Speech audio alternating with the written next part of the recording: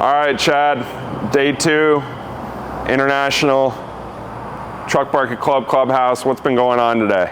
A lot of BS and nonsense because I can't get one of the yoke bolts off the back so I can replace the leaky seal.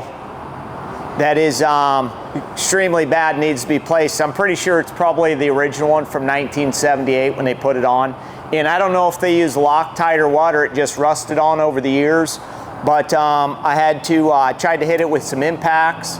Wouldn't work, just some battery operated ones. I had Noah take me to Harbor Freight so I could get a 1-inch impact that has 2,300 foot-pounds of torque, and it's not breaking it free. I'm just not sure what's going on, so I'm just gonna cut it straight down the middle on the top. I've already got that cut. It's still not coming off, so I'm gonna cut it from the bottom, and then I'm just gonna take a hammer and chisel and pound it out and break it off there, because for some odd reason, it does not wanna come off, and it's been nothing but a pain in my butt. It took me forever last night to get the U-joints out because they were seized in off the back one, and at like 10:30, I finally said, I'm done. I need to stop because I'd been grinding since 10 o'clock in the morning on this truck, the front and back. We did get a lot of stuff done though yesterday, which I don't think you guys know about.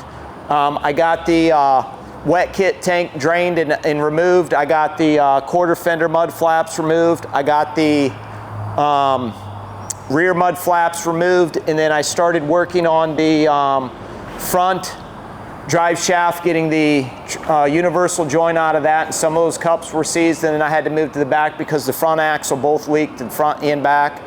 Severely bad, nothing that I would want to say, hey, it's okay, just run it to shows and stuff like that, because they'd be slinging oil and grease all the time, and that's something they'd have to keep up with, and that's no mess nobody wants to clean. So I figured I'm going to get those replaced. The front one wasn't too bad. The back one was more of a pain because it's so tight up there. Reed, you were under there. How do you think? It's pretty tight. It's a hard area to work in. I'm gonna have to lose some more weight to get under there. Yeah, luckily I'm small enough to where I can slide up under there easy, and I can sit, you know, Indian style on my butt, and I'm not like banging around too much. But the little shaft that's from the back going forward is right here on my shoulder when I'm doing stuff, and it's just one of those things. You get beat up and you get sore and tired from going up and down and under the truck, but it's what it is. It's part of, you know, wrenching on old trucks. It comes with the territory. I know that. I've had to deal with it with my trucks. I know how to get the stuff off. I just, you know, didn't want to resort to that, but it's just something that I have to do now. So I'm going to take a break after I get off this and just kind of relax and So are you about to cut this off now?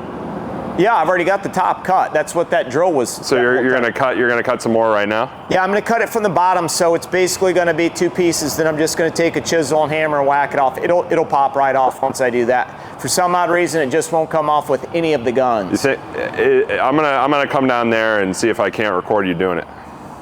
Maybe, but I mean, like, I torched the thing too, and it's just such a pain in the butt, you know, even throwing a torch on there and having it hot to where you burn your hand if you stick it on there. And there was sometimes I had that nut so hot, like it was starting to, I was seeing the colors, and I'm like, I gotta stop doing this because I don't have the correct glasses to be able to do that. So it's just what it is. But yeah, maybe you can come down once I get back. Well, we got, there's a lot of work to be done, and we're gonna keep shooting it. So we'll check in soon.